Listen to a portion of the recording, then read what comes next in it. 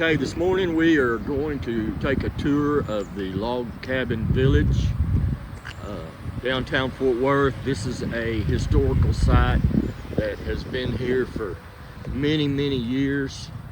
It's a wonderful place to come visit, to learn about our history and actually the history of the country. So we're going to go in here and then we'll do some touring. Here in the main entrance, this room is a little bit dark, but it is a replica. It's got quite a few antiques in here. This is a replica of what a log cabin might have looked like. And this looks to me like these people who had this one might be a little more wealthier than most. So we're going to work our way back out and just start checking things out. Log Cabin Village has been here for many years. I can remember here when I was a child. These cabins are very unique. They've been brought in from different places, and they're just a pleasure to see and to learn about Texas history. And like I mentioned in the beginning of the little video here, not just Texas history, but some of these cabins may have been brought in from other states and things like that because they wanted to preserve it. So we'll look at this first one here. Hello. Hi there. How are you? Pretty good. How are you? Great. Good. It looks like you might be a weaver. Yep, spinning and weaving is kind of what I do. All right. What I specialize in. Great. Of course, there's a lot of different kinds of fibers that people would spin and weave back then.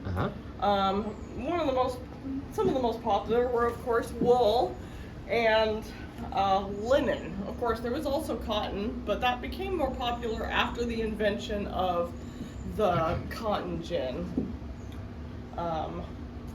So with wool, of course, you'll start by shearing your sheep and then brushing all of the knots out of the wool and cleaning it like this until it's nice and fluffy like what I have here. All right. Linen is a little bit different.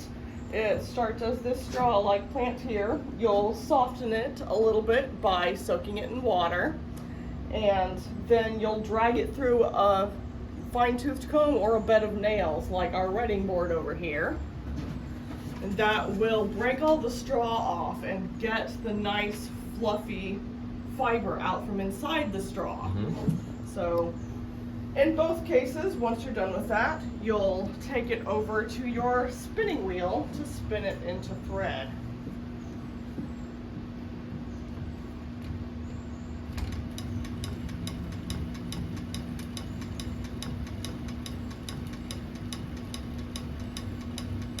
Wool is really easy to spin. You just kind of drag it through your wool and generally it catches right on. Just getting it started for the morning. Right.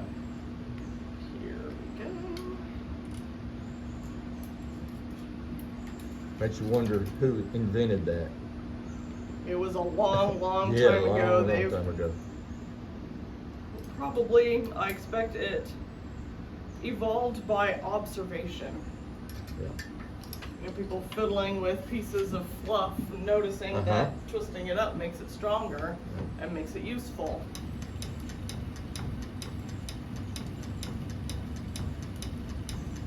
Here we go.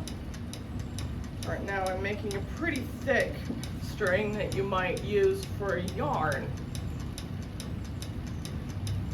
You can also spin it to be really fine, to be used more like thread.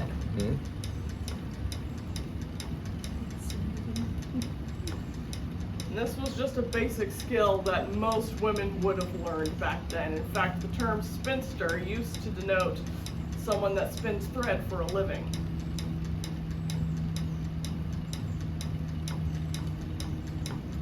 So once I have enough thread, then I can bring it over here to my loom to weave it into cloth. This is a fancy loom because we have all of these nice levers here to change the warp threads for us. All I have to do is put the weft thread in between, stamp it down a bit, and change the warp threads.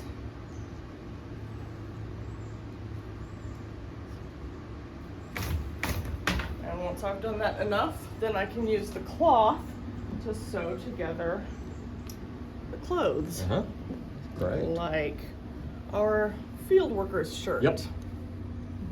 I've got a couple of those. Don't think they're linen, but that's nice. Yeah, I think this one's probably cotton, Yep. but it's the type that just about any field worker would have used. Yes. That's great. I appreciate it. Yep, you're got a very welcome. Thanks for coming Storage by today. upstairs. That's probably where the family slept. Yep, Got and of stairs course, over there.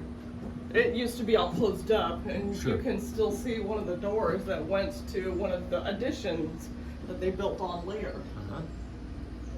Great. And it's kind of set up to show how these cabins changed over time. Right. Because they didn't leave them in this rough state. To them, rustic looked unfinished. All right. I appreciate it. That's very interesting.